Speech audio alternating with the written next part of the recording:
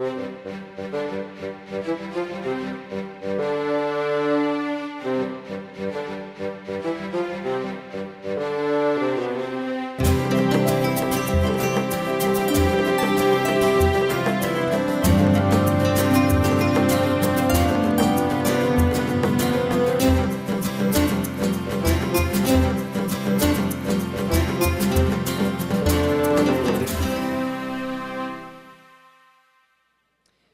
just want to start by thanking the Cornerstone for providing the picnic. They did a really good job. Thank you, Cornerstone, very, very much. It was very nice.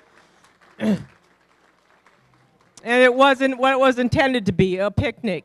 The only thing that we're missing is you can already remember those great big pails, not pails, but they were like vats covered in like stuffing we dipped ice cream out of?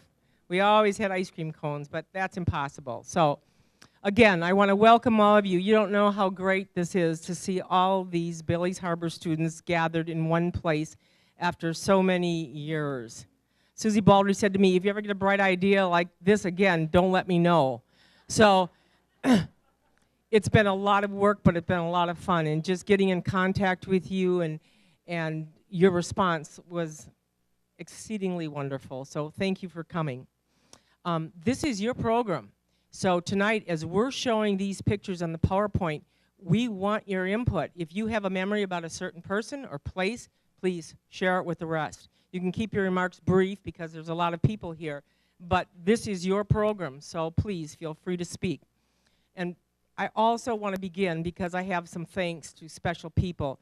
This event is put on by the Bailey's Harbor Historical Society, and we haven't been in existence that many years, but it's a powerful force in this town, and we are so glad that you have shown your support for it. As you can see, we do have red baskets on the table. The only thing you paid for was the meal, and we had a lot of expenses. And we are a 501(c) corporation, so anything you donate is tax deductible.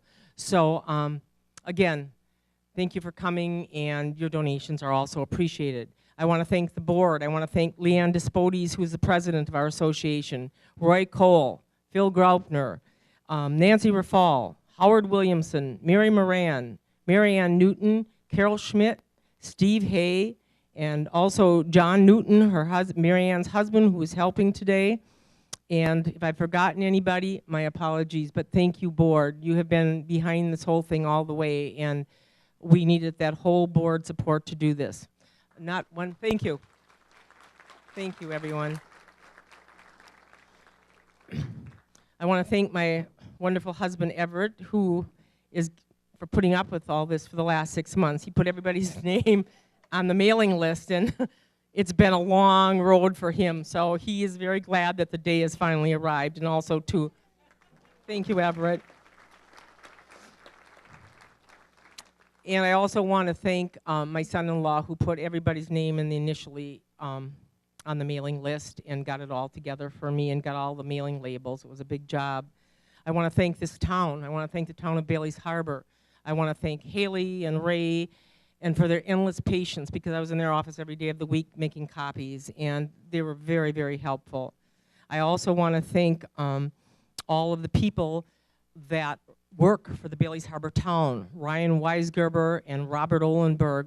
Those are names we all know, aren't they? And now they work for the town. They got tables down and put all the tables outside in case it was a sunny day, but will we ever have a sunny day again? And I want to thank my good friends Tom and Joyce Beyer, who came from Green Bay to take photographs of all of you, because we want a group picture of everybody. And they're also taking candid pictures also of people if they want them taken.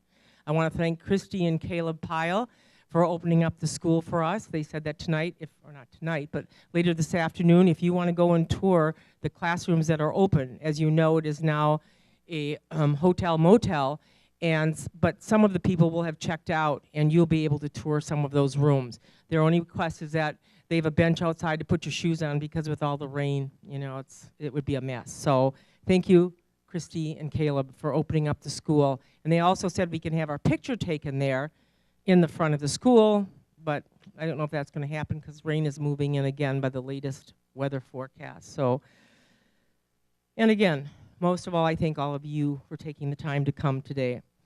You know, that wonderful saying, it takes a village to raise a child, well, it takes a town to put on an event like this. So we are just so happy that you could all make it. I think, you know, what this turnout is proof of is that our childhood memories are very, very important, and especially our Bailey's Harbor Grade School memories. Because in talking to just a few of you, and I wish I had more time to get around to each of you, you have wonderful stories to tell. And so many of you, I want to thank so many of you for providing the memorabilia we have up here. And I have a list of your names. I want to thank Bob Apple, who was also one of the teachers at Bailey's Harbor, Susie Baldry, Sandy Zock Kepsel, Mike Barnowski brought pictures tonight, Christy Bergwin, Margarine Bergwin-Letty, Kristen Pyle, and anyone else here who was Leanne. Thank you, Leanne. Don't forget Leanne. Leanne Despodes brought pictures also. And I was just thinking here, Visties, the Visti family. They came through, and at the very last minute, Jay even brought me Ernal Visti's, I think it was his nameplate. Was it off the door? It's up on the wall there. So thank you, thank you. And if I've missed any of you, my pardon. I know I have a whole list of names of people that to be thanked. And Linda Sabasti Kelly too. I think her daughter might be here today. She also gave me things. So thank you, one and all, for doing that. I just want to also say that before we begin our program, I'm not going to go into a long, lengthy dissertation here because we have a PowerPoint, but I want to say that I would like to honor two very special people who are in attendance today. And they are the two teachers that did respond and are here today. And one is Darlene Duquesne Myers. Where are you, Darlene? Okay, would you please stand up, Darlene? And I would also like Bob Apple. Where are you, Bob? Okay, they're in the same place. Okay, can you get them? Okay. Thank you for your presence, Bob. In fact, his quilt is on the wall there. He made that with his students. We have a couple gifts to give you, Bob and Darlene. So Eva will deliver them to your table so you don't have to walk up. Thank you. And I want to also pay special attention and honor our two oldest, youngest students. They are Irene Steinke Pyle. And Irene, would you be able to stand up for everybody to see you, please? And you can leave them there. I'll just tell them, hold it up. Just hold it there. And the next nonagenarian is, where is Betty Olson Anderson? Hey, Betty. As you all know, Betty and Bob owned the Bailey's Harbor Laundry for many years.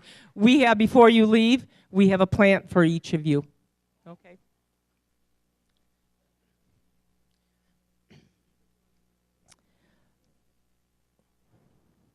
Okay, now we just have two other little prizes. We have a host of door prizes, and you'll all have an opportunity to win those. But I want to give a gift to the people who came the farthest, and after carefully evaluating, because there are people from Florida, Pennsylvania, Fargo, North Dakota, it is going to go to Sharon Barnowski Kessel. They came from Fort Myers, Florida, and her husband, Tom.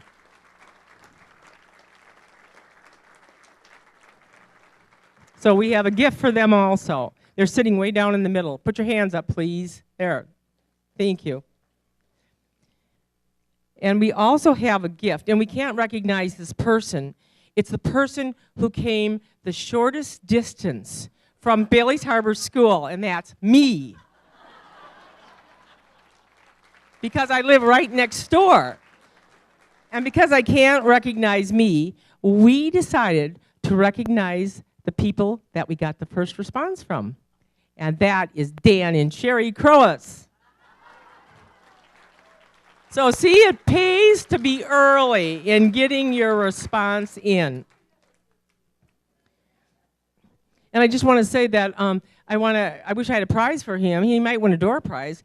But Lee Erickson just came up to me before. He's got all 8 years of his grade school reports. His grade cards are up, and he's got them here. I think that's pretty special to have all 8 years of his report cards. So, oh, Susie said she had hers too. Okay, I think now that we've recognized these very special people, we are going to begin our program. And we are going to start with our PowerPoint program, and I'm going to have Leanne come up here because she's actually our Bailey's Harbor historian. She doesn't always want to be, but that's what she ends up being. So she's going to start off with a little bit about the history of the Bailey's Harbor School.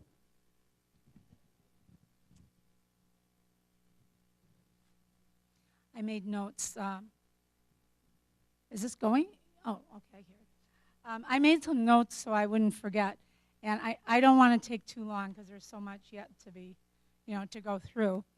But I'm sorry to say this, but this whole 100th anniversary thing is pretty much a fraud. Because the Bailey's Harbor School started actually in 1858. And it started as a little school, probably looked something like that. There are no pictures of it. I found this online, same time period in Michigan, and I thought, well, there's probably a lot of similarity there.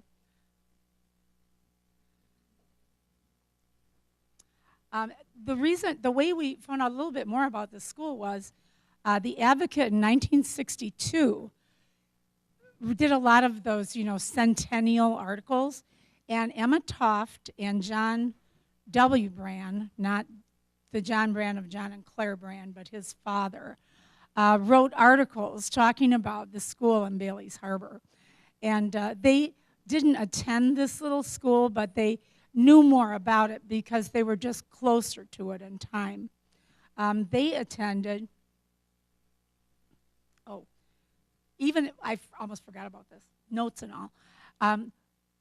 The county in general took a really serious attitude toward the local schools. And when you look back in these ancient Advocates and other county newspapers, you'll see that every month the county superintendent made his report, and he would visit schools and write about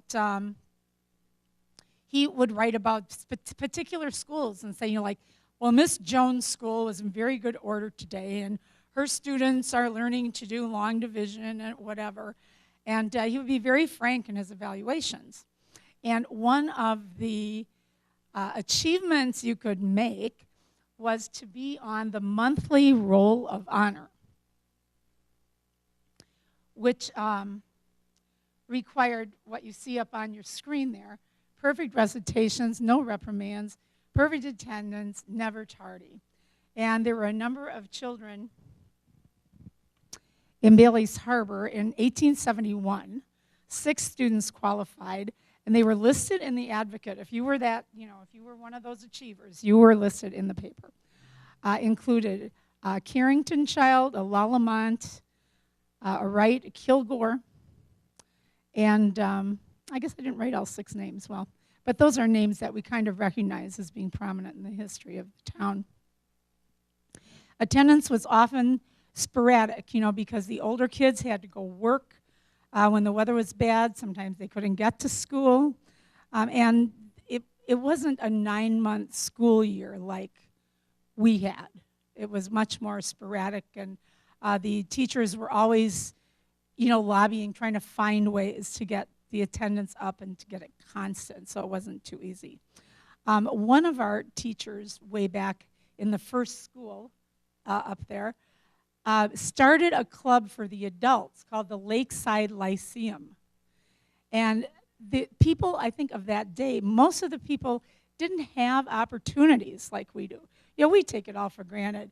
You go to grammar school, you go to high school, and, a whole big percentage of our kids go on to some further education, whether it's college or training or whatever. But back at that time, that wasn't the case. And the adults in the village were as interested in improving themselves as they wanted as much as they wanted their children to do well. So the teacher organized the Lakeside Lyceum, and they put on plays and did poetry, they did readings, they did all that sort of thing. They would charge a small fee for people to watch them, and they put this fee toward an organ. They bought an organ, and you would see in the paper when they'd advertise, they would say, like, the little offering, is going to go for this organ. And Emma Toft remembered in her writings in that Advocate article that, yes, there was an organ in that school. So, when you picture the little log put together school, but it had an organ, it's kind of amazing to me. The next school was this school that was built in 1878. And that's around where the Catholic Church parking lot was. That was, it became eventually, I think my next slide, in 1887, they added a section on, and this just says that the school board is receiving bids for an addition on the schoolhouse, which gives you an idea of the number of children. Families had a lot of children, and there were a lot of young families in town. And it says here, and also Professor Longemak, who was the teacher, he also gave classes for 8th grade graduates to learn about teaching so that they could become teachers. You couldn't go off to normal school or college, and every little place had its own school. Like, if you just think of us, we consolidated with Pershing, with Peninsula Center, with North Bay School, and there was Woodland School and Liberty Grove School. There were schools everywhere. And to staff those schools, people weren't going to come from, a university in the city and come and teach in a one-room school in the middle of a cornfield. That wasn't going to happen very often. So they trained them here. And John Brand was trained that way. In fact, many of the people you've heard of in the history of the town did teach school for a while up here. I know my Uncle Lester, John Brand, Mike McCardle, people that we've heard of. I think it was kind of like a way to get a little money together, and then a lot of them went off and went on to university afterwards. But their training just came in these little tiny 1 or 2 room grammar schools, which I found pretty interesting. Eventually, rural teaching certificates were given out by normal schools. You've all heard of that, right?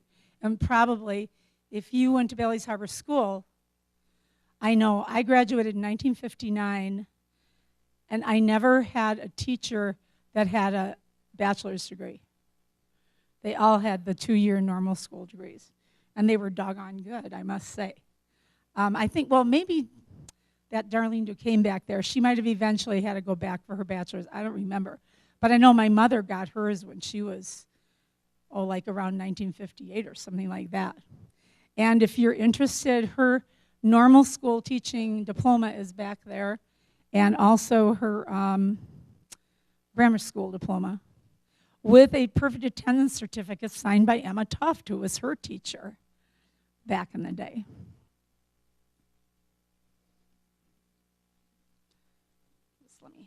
Sorry.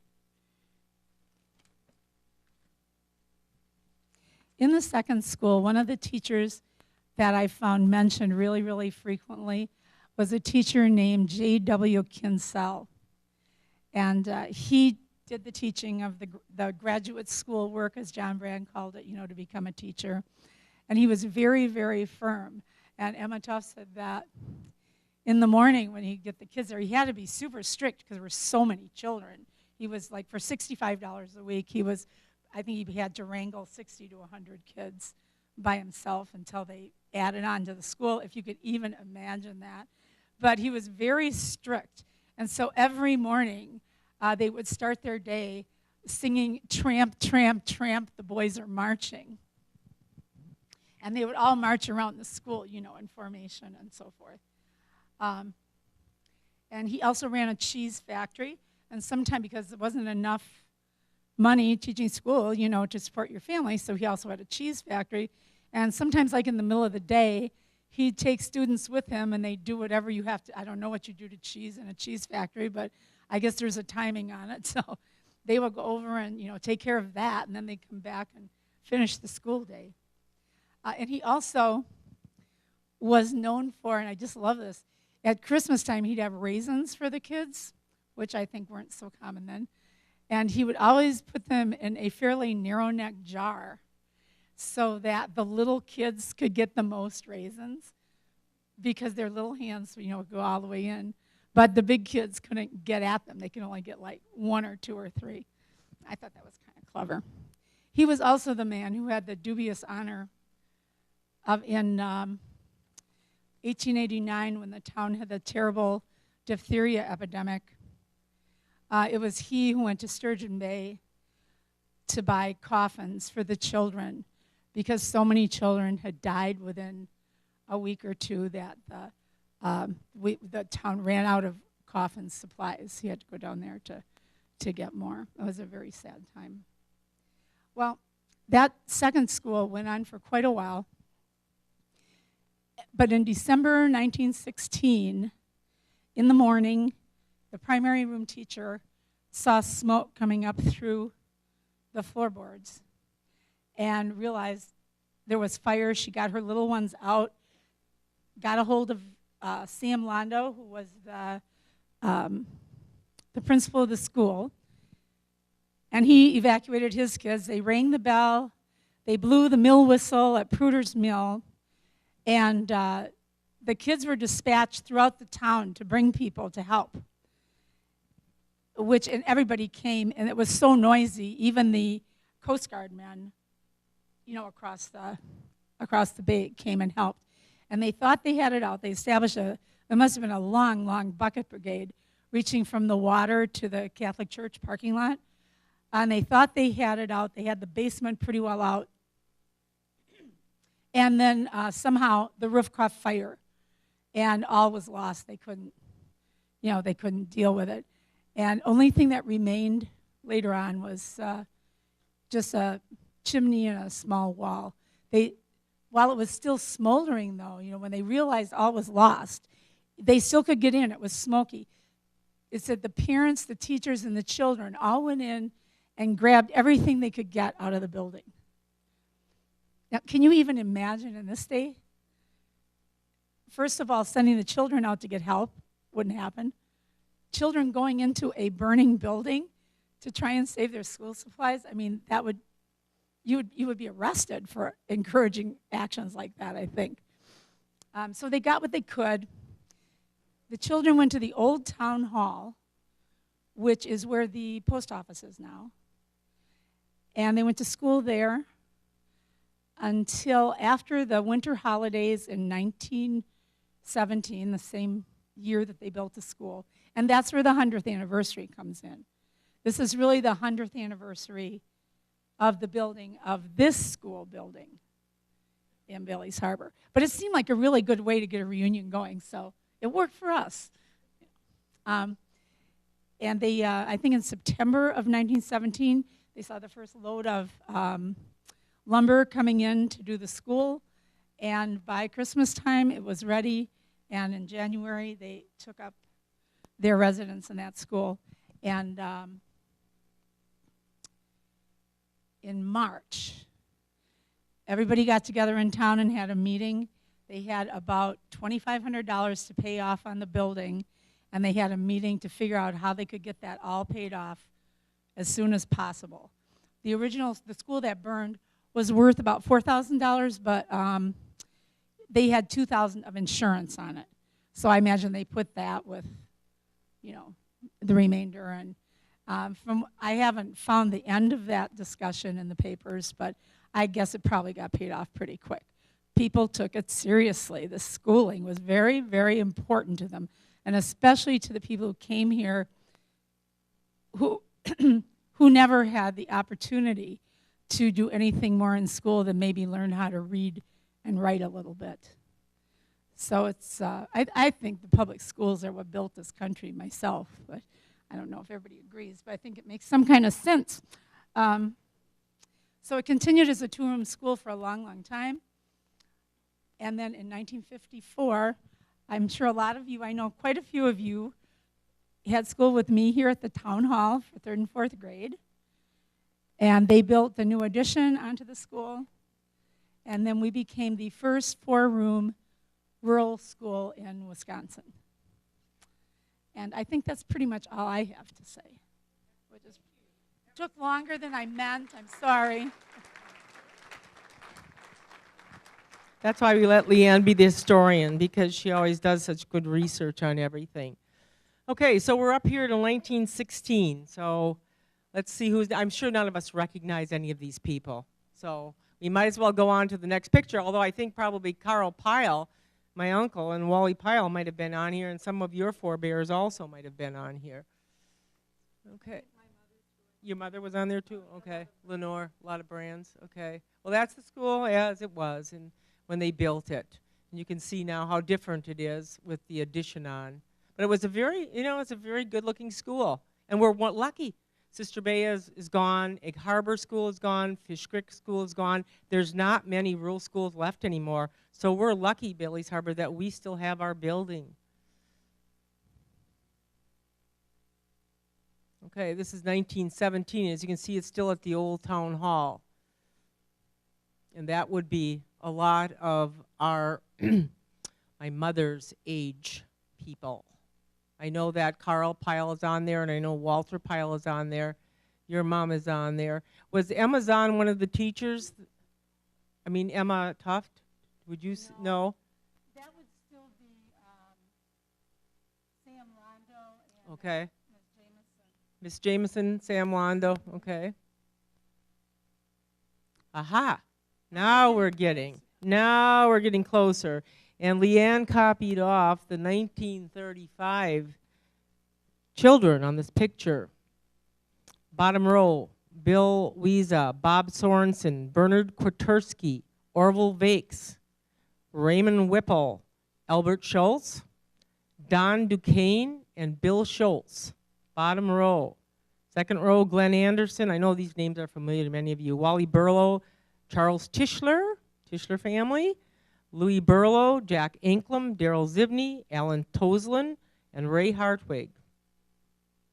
So I'm sure people recognize those names. Beverly Anklem in the next row. Irene Ripple, Beverly Anklem, Marie Hayford, Betty Jorns, Ethel Kwiatkowski, Irma Tischler, Bernice Hartwig, Donna Zivney, Virginia Jacobson. Ernest Visti, 1935. How many years, I wonder, was he already teaching at that time in 35? He taught for 43 years, so quite a while. Mildred Hickey is another teacher up there. Would that be relation to Dennis Hickey? Mildred Hickey? Carol Hayford. Oh, is that what it would be? Okay, second cousin. Ruby Sorensen, Catherine McCardle, Juanita Mann, Henrietta Schultz, and Mildred Schultz. So that was the class of 35. 37. So you can recognize any of those people on that picture. If anybody's interested, I'm not going to read off everybody's names, but if you're interested in knowing who those people are, I have a list of everybody on that picture. I can see Orville Vakes there on the top row. Yeah, Orville Vakes is very distinctive. Do you all see that? I can always recognize. Second from the right. On the top row. Toslin? Okay.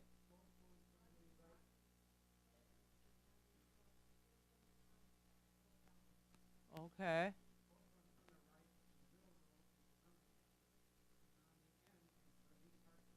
Okay. Okay. Okay. Okay. Here, I'm going to have Bill Tischler. He can read them up. Can you just tell what you just said, please? If you they know. want to hear in the back. They want to hear. Oh, okay. Please. Let me see now. In the second row, the fourth young lady, or the 1, 2, 3, 4, fifth young lady from the right is my sister, Irma Tischler, and I believe two people down on her left that might be a Jorns. And on the end of that row is Bernice Hartwig, And in the back row, we have, let me see, I think there's a Burlow who's the fourth from the right, Wally, and Orville Vake's the second from the right, and that's about it.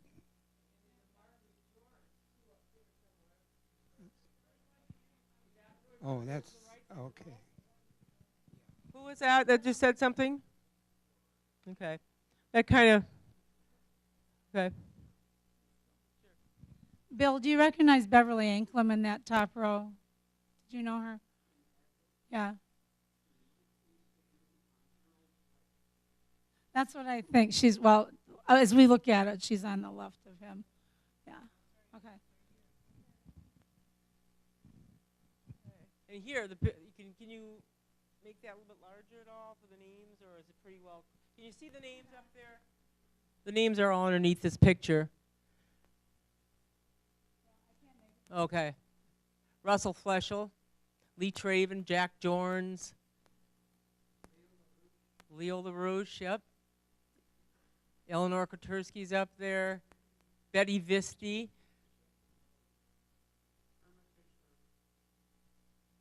Okay. I see Leland Tischler up there. Bill Batcher. Mm-hmm. Look at the way they're dressed. Look at those hats that all those boys wore in those days, huh? Kind of remember those a little bit. Okay, go ahead. Primary classroom, date unknown. Now, what grade, what room was that up there? The little room?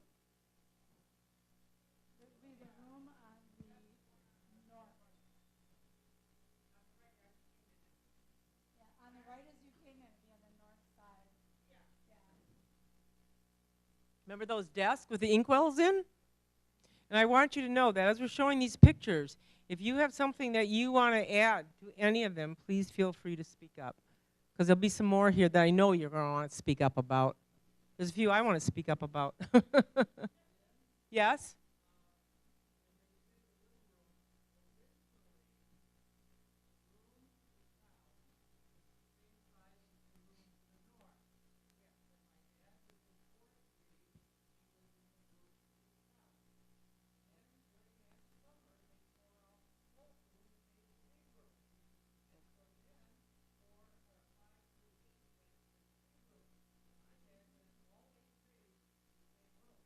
Oh my gosh.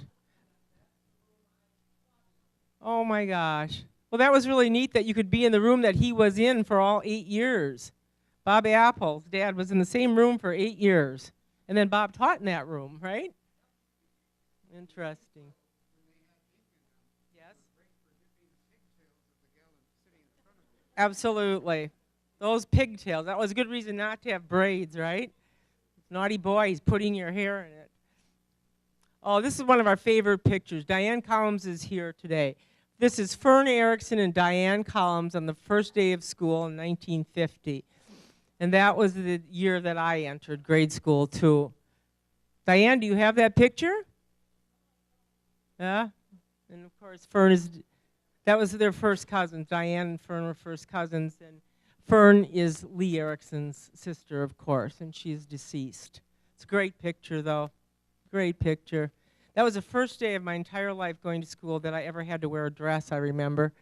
It wasn't much for dresses.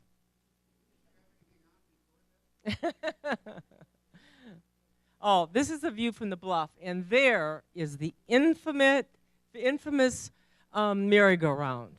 And my memory, my favorite memory of the Bailey's Harbor School is that merry-go-round, because it was Bill Collins that crashed into it.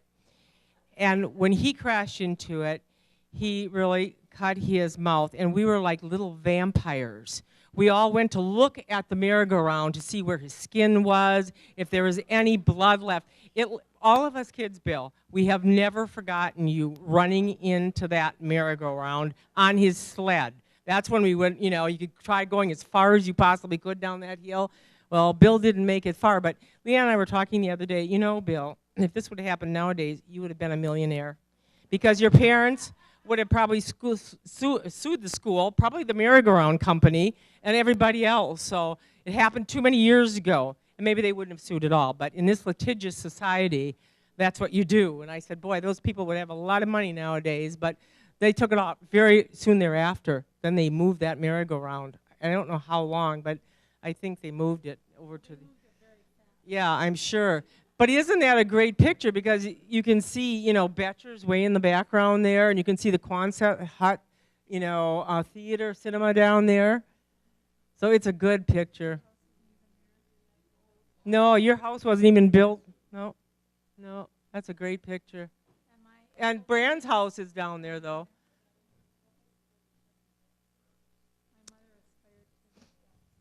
Yeah, that was a shed on the John property, that shed. Yeah, that's a great picture. Brandfield. Yep, you're right. And which it is, right? Yeah, that's right. It was the old ball location. Now it's a swamp right now with all this rain.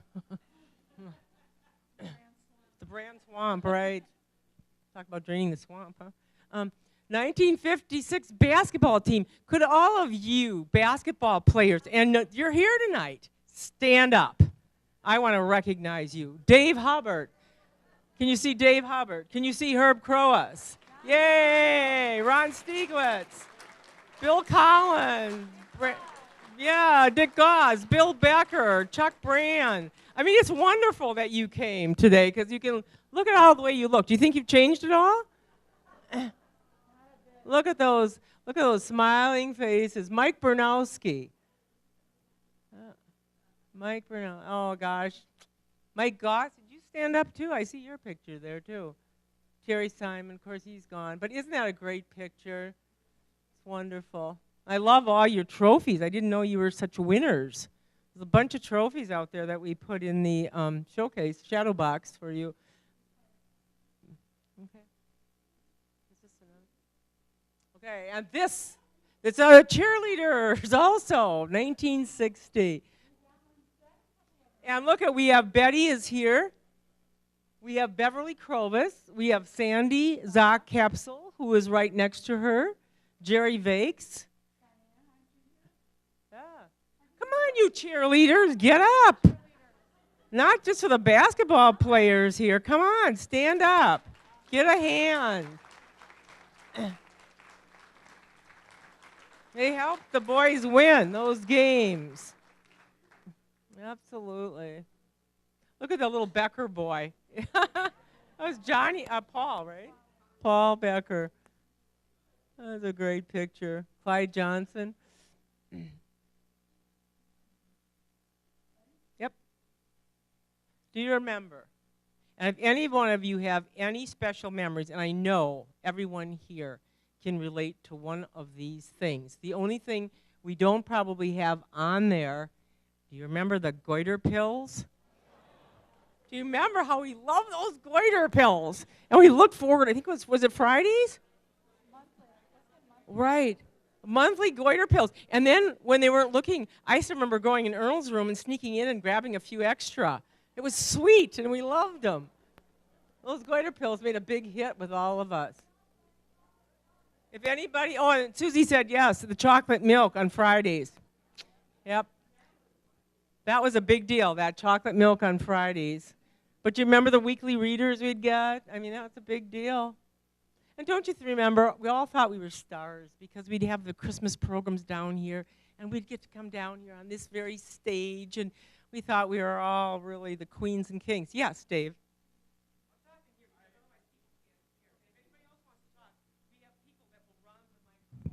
I was somehow forced to play Santa Claus at one of those programs, and I think it scarred me for the rest of my life, mainly because of my good friends who were relentlessly jiving me and jabbing me during the whole thing. That's probably why you became a psychologist. That's true. Your early childhood trauma. But it was so good. And the one thing, we're going to have a thing on Earl here, but the one thing is he always made us feel so good. maybe not the boys, but the girls, because we all felt like we were special because we could go and mimeograph his tests and stuff in the office, and so we thought we were real special that way. We were special, but it was a time. We're so lucky to have been born and brought up in this town. Most of us, there was such a freedom that we had as children that they don't have anymore. We'd play by the water, we'd go on the bluff, we'd be running down that hill all the time in the wintertime, and it was a wonderful, wonderful childhood, and Billy's Harbor Grade School was a large part of making our memories. Speaking to this list, does anybody remember studying for 8th grade exams and how Mr. Visti had just like that, this thick pages of old exams, and every year he'd get the exams for that year and he'd add it to this, I don't know if it was a book, you really could even call it a book. It was like a monument. And when you had time, you could go sit at the back table and quiz each other on those exams, and you'd go through years and years, because they never change the textbooks. I mean, there's only so many questions you can get out of a chapter. And I mean, I know that certainly was a help to me. I remember, doing well in the exams. Yeah.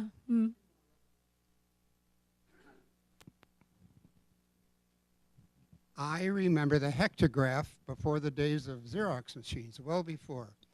I remember Arnold had his list of duties, one of which was to raise and lower the flag each day. And I can remember when the kids in school during World War II picked milkweed pods, and we'd hung them under the eave of the school. They were used to make Kapok life preservers. And I can remember shoveling coal in the feeder for the furnace in the basement. And I'm not that old anymore. Definitely you're not all that old. There was something else, too, that I put on this list. That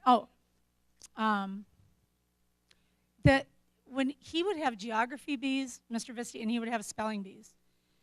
But do you remember when he'd have these bees, and he would not tell you if you made a mistake? And then you'd spell it, how you thought. And then they go to the next person, and they'd spell in different word. But if somebody made a mistake, like in position number 2, and you caught it, and you were like in position number 10, you'd say, okay, I'm going to pick up such and such, and then you spell it right, and you go all the way to the front of the spelling line. I don't know. That sticks in my mind for some reason. It was such a challenge. I don't even know how he thought up some of those things. And somebody said stamps? Was that you? Or what were you? Well, the stamps issue was, as Bill was saying, we were picking these milkweed pods and stuff like that, and then to reward them at that time, they gave us these war stamps, which we put into a book during the Second World War. See, I didn't know anything about that. Much too young to know about that. But When you speak, that was Orville Langer, by the way. Before that, it was Bill Tischler. So when you speak, please tell who you are so people know, okay? Thank you. Okay, go on to the next one. Yes, so people know who they are. I'm sorry, but I had to sit for such a long time thinking these things up that I have to make the most of it. Now, I remember this, and I think people in my class or the class above or beneath me might, but in the spring sometimes, Emma Toft would come flying into the school and decide that it was time for us to have a field trip to the Ridges. And I do not think these were ever planned ahead. Because the teacher always seemed to look just as surprised as we all were. And she just marches down there and, show us all of the wonders of our favorite, of course, the pitcher plant, because it ate insects. That was the best one. And from her instruction, I will admit that I could not to this day pick a trillium, a lady slipper, without being sure that, the feds would get me if I did. Because I mean, it was in me. I couldn't do it even now. Yeah. So I think that wraps up my little things I had to say. Those are really good memories, Leanne. You got a lot of those there that we all had that were similar. Leanne, this is her part actually, because she has this in her mind about all the early readers. So why don't you describe your early readers? Okay, well, I know you must all recognize our first family that we got to know, but I'm just curious, does anybody know who Tim was? Who was that genius? Good job. It was the teddy bear. I didn't know myself. I was trying to, look into things to find some good images and stuff. And yes, and Tim is right there, kind of dangling from baby Sally's hand.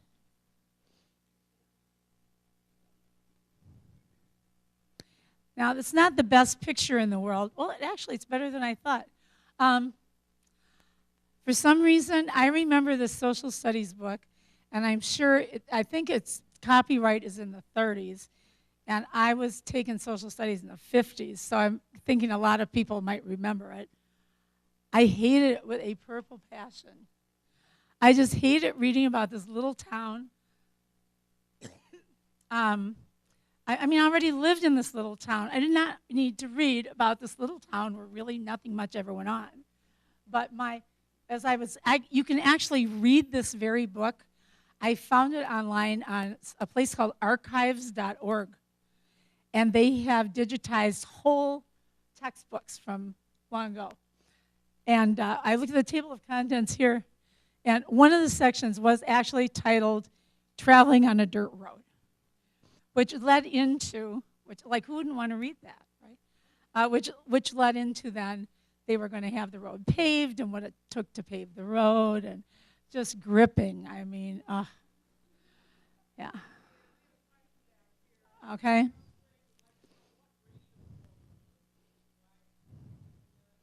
We listened to Let's Sing, remember? Sing the whole day through, don't let your troubles bother you. With Dr. somebody. And it'll come to me, because I know there was another one we used to listen to. Because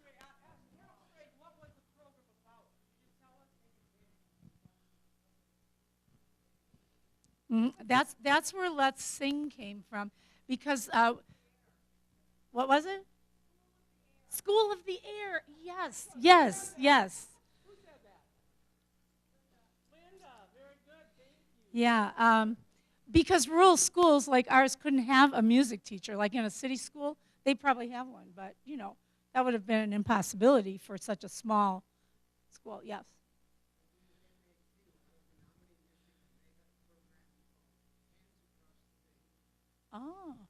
Oh, Bill Tischler just said that WMAQ from Menominee, Michigan had a program also called Hands Across the Bay. That sounds familiar somehow. Okay, now we're coming to my favorite geography book, because I had to live through Centerville, which I found, I just didn't care for it. But then we moved up the stairs, and we got into 5th grade, and this is my favorite geography book. Visits and Other Lands. Now, I don't know if you remember this, but again, I'm sure that it was used in the building for at least a decade, I'm sure. Okay, so, and I was in 5th grade in about 55 or 56. And actually, it was not that bad of a book. But I always remembered Netsuk and Klea, the little Eskimo children who lived in an igloo, and Bunga, who lived in Malaysia, and Suvan of the Steppes, which is where I learned what a yurt was, and the strange drink he drank, which I think was called kumis. I don't think we got to visit all the different lands, because that book is very extensive. But again, archives.org, you can read the entire book. You can quiz yourself at the ends of the chapters. I think you should.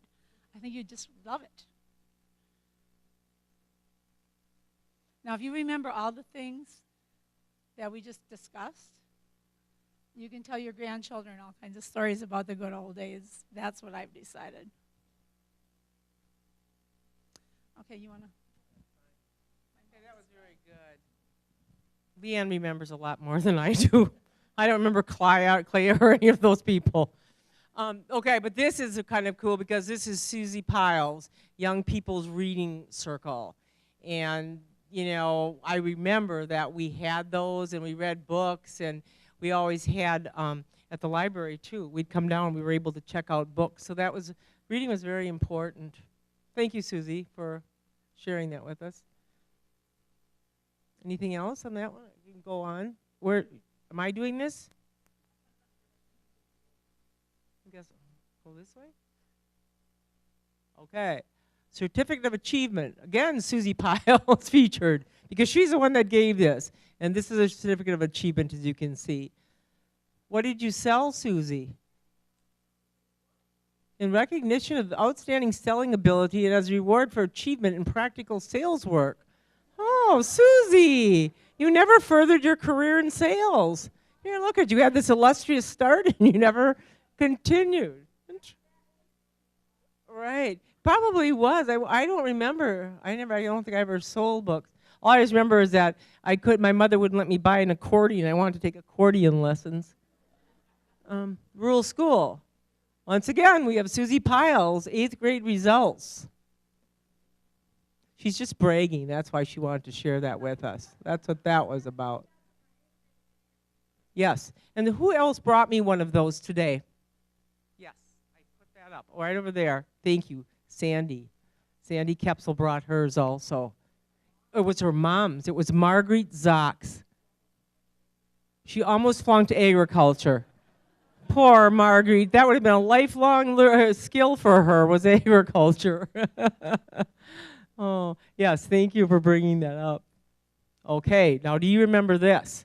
Do you all remember standing on the steps of St. Joseph's Grade School and having our picture taken? And because this is my picture, I have all the Gibraltar students' heads circled because I wanted everybody to know who the Gibraltar students were at one time.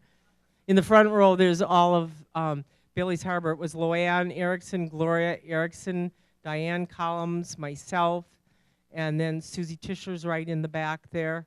And those were all the ones that went to Gibraltar. But it was a big day for us. We'd spend the whole day in Sturgeon Bay. And it seems to me didn't they give us tickets for a movie or something? I can't remember. But we spent the whole day. And it was a big deal for us to have 8th grade graduation. County 8th grade graduation. This is where Leanne talks about what a big deal it was. And this was from, what year was it? It must have been back in the early 1910. The steamer Bonamy brought 300 people from the northern end of the county. Washington, Liberty Grove, Gibraltar, and Egg Harbor. While an excursion on the train brought 100 from Forestville and Maplewood. Hundreds came in from the north and south by vehicles of all kinds, wagons, buggies, and autos. The strangers in the city numbering from 800 to 1,000. Flags were displayed in the public buildings in honor of the occasion. And as you know, in 1910, that was the end of their education for a lot of kids. They did not go on to high school. That was their 8th grade, and that was the end. And here is a 1960 elementary school diploma from Sandra Lee Zock. All right, signed by Ernal Visti. He had such a distinctive handwriting.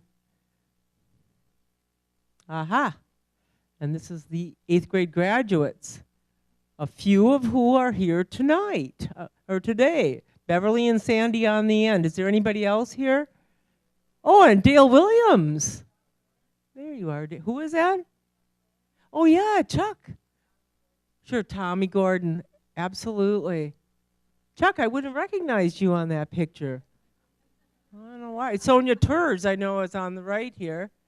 And who is the, oh, that's Phyllis, Barbara Phyllis, yes. And is that Susan Johnson there? Right. Jerry Vicks is in the middle there, yes.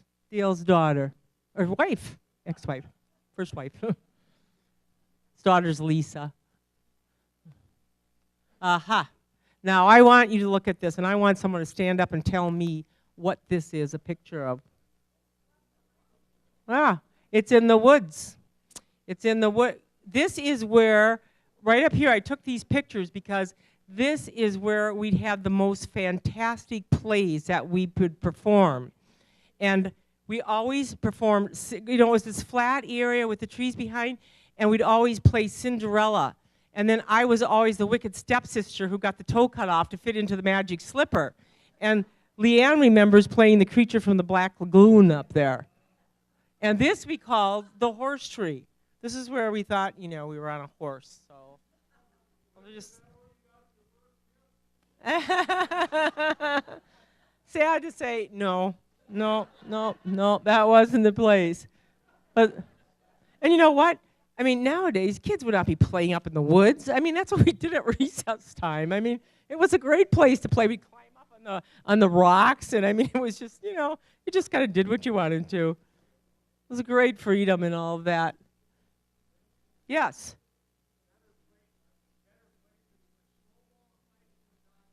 Yes. Snowball fights and dodgeball, absolutely. Do you all remember Mrs. Hunnell? Martha Hunnell? In her 3rd and 4th grade class. Is anybody here today from that 3rd and 4th grade class, 1959? Okay, who is that back there? Stand up and just,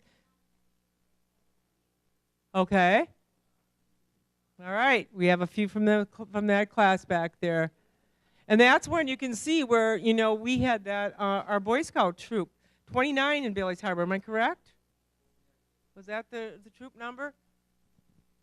Yeah. It's a nice picture. And that's Mrs. Hunnell with her 64, 65 class. Who's there that can identify themselves? Anybody know? Is anybody there that you can see that you know? Oh, there's a Petersky here on the end. On the right, that's Jeff, isn't it? Okay. I'm too old. I don't recognize those young kids. That's the 4th grade class. And their names are on. Thank you very much for doing that. Linda Seiler, she's here today.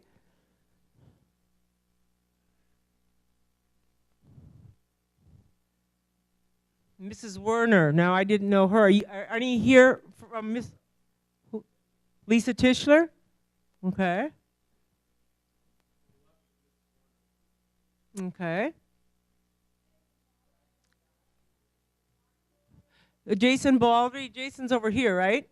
Second from this end, okay.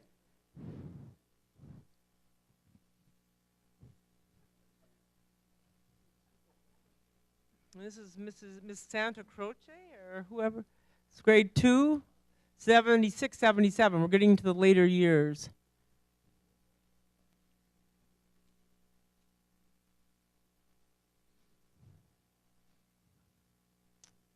Mrs. Otto, grade 3.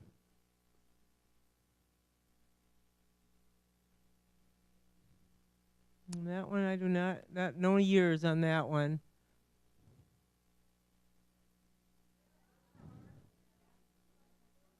Aha. This is a lot about what our school was about. Ernal Visti, everybody here had Ernal as the principal. In fact, he had to be the longest serving rural principal in Wisconsin. Because I asked a few people yesterday, I went to that reunion, I asked Egg Harbor, because Lloyd Perry was there for many years, and he was there for 34 years. So Ernal has to be the longest serving principal. And I brought along, because I found it in my paper, when Ernal died in 1987, I had written this to be read at the church if they wanted to, and I guess Reverend Kim Stoll at the time read it. And I think this really sums up Ernal. Today, we gather together to mourn the passing of Bailey's Harbor's most illustrious citizen, but more importantly, we come to celebrate his life and all the wonderful things he represented to us. Many of our families represent 3 generations of students he has taught and who are indebted to him. Along with the 3 R's, Mr. Visti had a 4th one, respect. We learn respect for our peers, our superiors, our elders, and most importantly, ourselves. Mr. Visti knew that no amount of education or learning would make a difference if the basic human values were not instilled at an early age. He taught us, not with words alone, but by example. How proud he must have been to see former students actively engaged in community life, not sitting passively by letting others make decisions for them, but taking a personal interest in the affairs of the community and the larger state and federal governments. What greater tribute to a teacher than to have a pupil emulate by example? I think that's one of the most important lessons that he taught, that being a citizen has responsibilities and implies taking part in government, no matter how small. Along with that, he felt we all had talents that God had given us, and it was our responsibility to use them, whether to better ourselves or others. And I often said that, you know, he taught us that education was extremely important, but if we didn't have integrity, it didn't mean anything. And I think all of us who went to Bailey's Harbor Grade School so profited by this man's wisdom, and I'm so glad so many of the Visti family is here today. So would you please stand up, Visti family?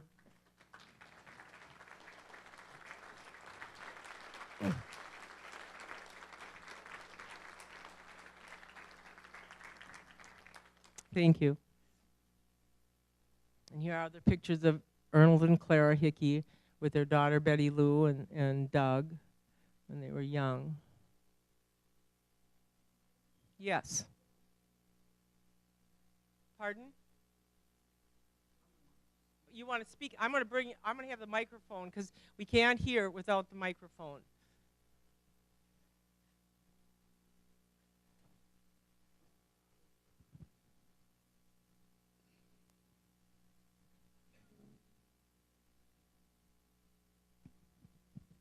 Nancy Bernowski. When I first heard about this reunion, Arnold was one of the first people I thought of, and amen to the respect. I remember that every single student that went through Bailey's Harbor Elementary did not say yes or yeah, it was yes sir and yes ma'am, to the point that when we graduated elementary school and went on to high school, the teachers could notice which were the students from Bailey's Harbor because of the respect for their elders and their considerate way of addressing them. And that's all kudos to Arnold.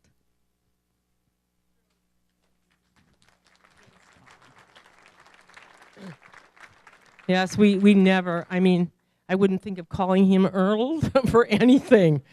He was always Mr. Visti, and it was yes, sir, and no, sir.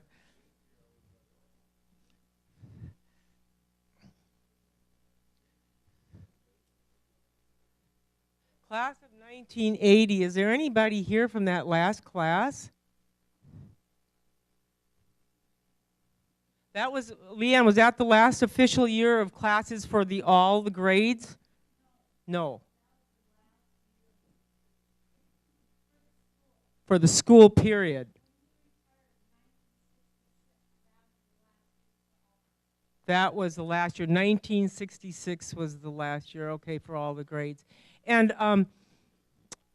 Kay Zahn Coben, right? She told me, she just reminded me that, well, she was Kay Zahn. I don't know your Elliot, that's right. Barbara is Coben, right?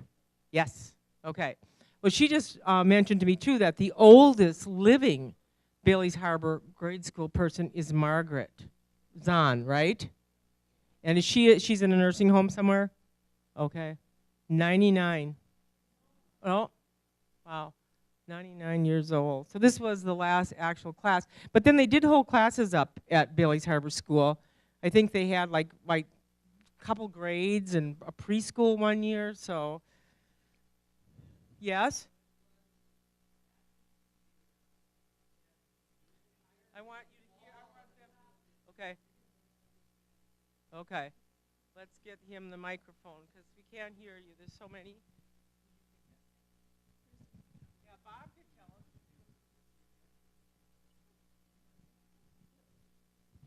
That's the year that we finally merged all of the elementary districts with the Gibraltar Union Free High School. Up until that point, we had Gibraltar Union Free High School and all of these small elementary districts. And that is the actual year of the founding of Gibraltar as we know it today. That's in '66. Bob, how many grades were still going at that school? Okay, when I got there, we had 1, 2, 3, 4 grades. So we had first grade as you face the building. To the right was first grade, to the left was second grade when you went up the steps, third grade to the right, and fourth grade to the left. Then in, I'm trying to remember exactly which year, they put the portable building next to the school. That was for special ed, but then that got to be a little difficult, so I actually moved out of the main building into the portable building, which was rather interesting. I was supposedly the building head or the principal, and I had no access to the telephone or anything of the sort. Yeah, it was probably better that way. Well, the one thing that I didn't have to do once I did that, which was rather interesting, we hear all these glorious stories of the school and stuff. For several years, until they got the furnaces fixed, I would have to get to school at the latest by 7:30 in the morning because I would have to check the furnaces to make sure both of them were working, because there was one furnace for the new part and one furnace for the old part. And to check the furnace in the old part, you went down in the furnace room where there was a light directly above the door, but the furnace was on the other end of the room. And what you would have to do if the furnace wasn't running, you would have to hit the reset button.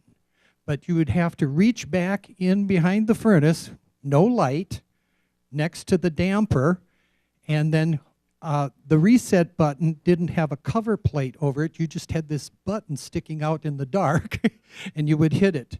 And one morning, I hit it, and as I hit it, the furnace backfired, and the draft was right in my face, so you can imagine what I looked like with the furnace backfiring. Well, I couldn't leave school because I was the only one there, and the first bus came at 7:30 in the morning.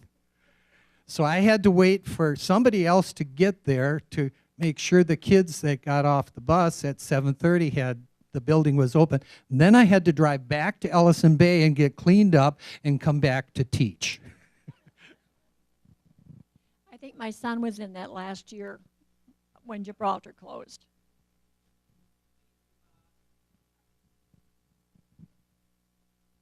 We used to have manual arts down in that basement, and also home ec. I still remember I never finished my apron. I never got it done. I was not a very handy woman when it came to those kinds of things. Okay. The McCarter Library. Now, do you remember when it was the McCarter Library for a while? Yes. Part of the building was also used as meeting rooms for the town. I remember that, and I also remember, but I don't know the years it was a library. Was it longer than 5 years? Probably not, right? I don't know. I have no idea. It's a stately queen of a building. This is now what it looks like, and Christy and Caleb just got done painting it, and it looks absolutely beautiful. It's just a queen of a building. It's well built. Before that, Lauren and Annie owned it and kept it up so wonderfully too. But you know, it's just, I hope it's there for another 100 years. So it's been wonderful. And I want to just, in ending today, yes, okay. Before, when you're talking about Mr. Visti and teaching respect, and Lynn mentioned about wanting people to go forward into the community and do something, as I looked at that picture when the town board meetings were held there, that was when Lynn and I joined the town board. We were the first 2 women on the board. It was interesting, to say the least. But it was kind of nice to think back that what Arnold had tried to instill in us. And in those days, it was mostly for the men because men moved forward and did that. But it was an interesting time, and the first 2 women on the town board, and not the last, that's continued, and that's a good thing. But it was an amazing experience of going not only to school there for 8 years, but then serving on the town board and using that facility for 2 years. Thank you. But I just also want to add that I had Darlene Duquesne for a teacher, and I was telling her at the reunion yesterday, I said, Darlene, you never knew this, but I loved you so much that I remember going home from school and putting DD on the garage door, and my brother Lee he said to me, you're in love with Danny DeHaas.